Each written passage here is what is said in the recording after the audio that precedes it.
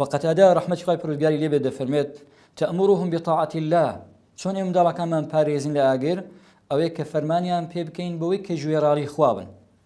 خۆشەویستی خوا بڕوێنە لە دڵی منداڵەکەت، کوڕیان کچ،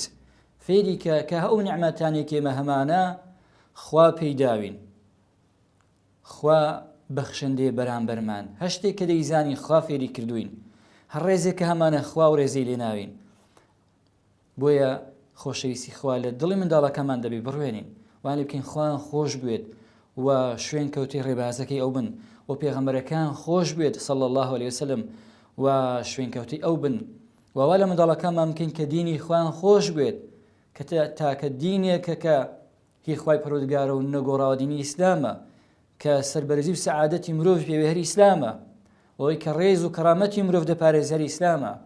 ئەوەی کە دەیپارێزە لە هەموو خراپیەک هەر ئیسلامە و ئەوەی کە هەنیدا بۆ هەموو چاکێک هەر ئیسلامە.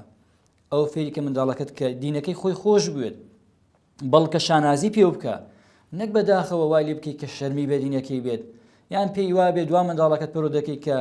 دین بەشێکی ژیانە و پەیوەندێکی ڕۆحی لە بینی خۆت و خوا. نەخێر، دین پەیوەندی بە هەموو ڕوانگە و بەشەکان و